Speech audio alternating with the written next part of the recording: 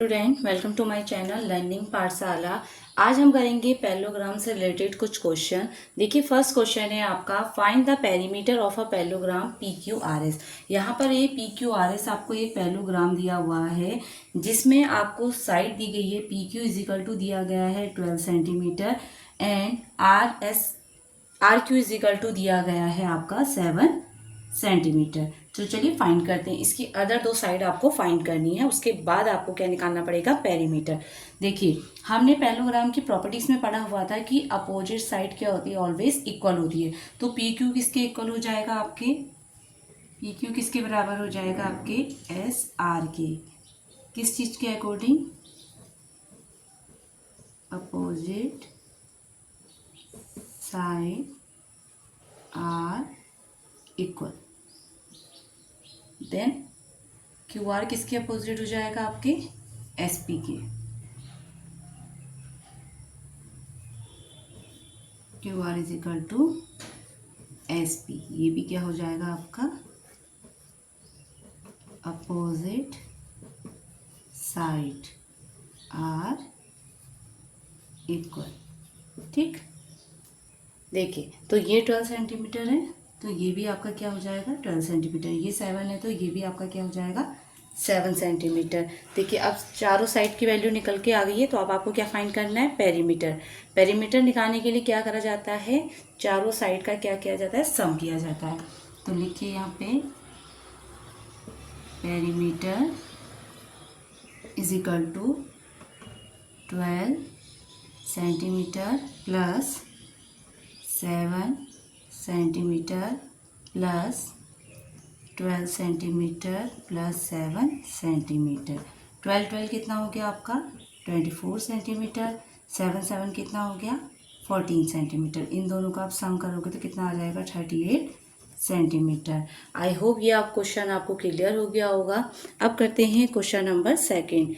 In figure best, BEST, best यहाँ पे लिखा हुआ है, देख सकते हैं आप, BEST, बेस्ट में ये एक पैरेललोग्राम है जिसमें आपको वैल्यू फाइंड करनी, इसमें साइड निकालनी थी, इसमें आपको एंगल निकालने हैं एक्स, वाई और जेड की। तो चलिए स्टार्ट करते हैं। देखिए, एंगल बी और एंगल वाई आपस में क्या है, इक्वल हैं। कैसे हैं, क्योंकि ये अल्टरनेट एंगल हैं। तो आप यहाँ पे लिख लीजिए, angle B is equal to angle Y. ये क्या है, आपके अल्टरनेट एंगल है। ये हमने किस में पढ़ा है, प्रॉपर्टीज में पढ़ा है।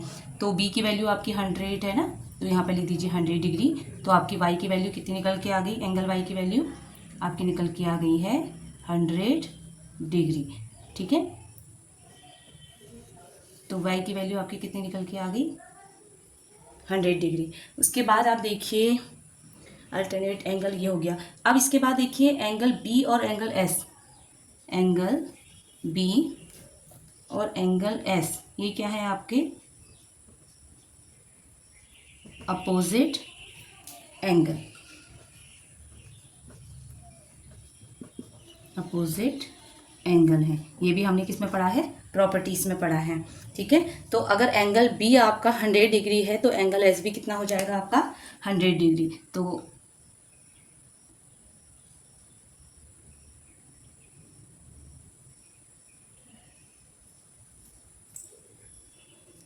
तो एंगल बी आपका कितना है 100 डिग्री है, यहाँ पर 100 डिग्री लिख दीजिए।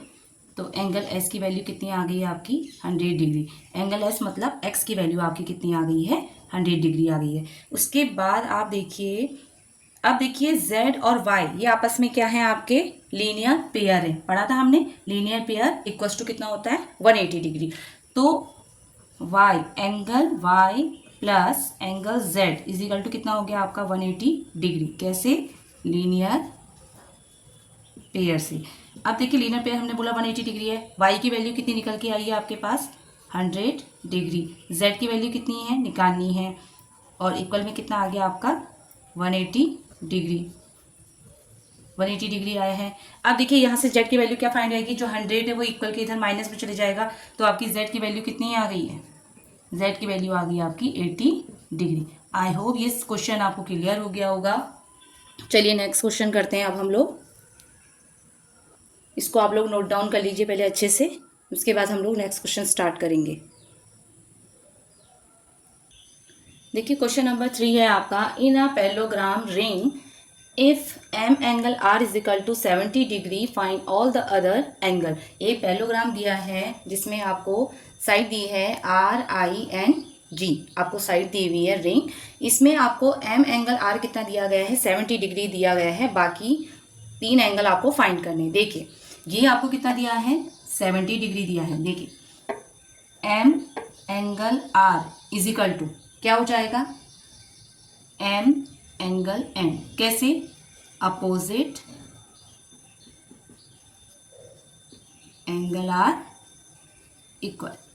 क्लियर, ये अपोजिट एंगल आर इक्वल हो गया, तो M angle R is equal to M angle N. तो एम एंगल एन की वैल्यू कितनी निकल के आ गई है आपकी, 70 डिग्री। जो उसकी थी वही उसकी भी हो गई, तो ये आपकी 70 डिग्री हो गई।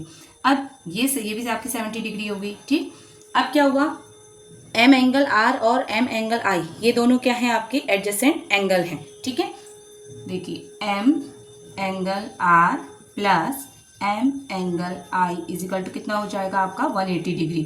ठीक है, ये क्या है, एक सप्लीमेंट्री है, तो 180 डिग्री हो गया। यहाँ पर आप लिख दीजिए, यहाँ पर हम लिख देंगे ब्रैकेट में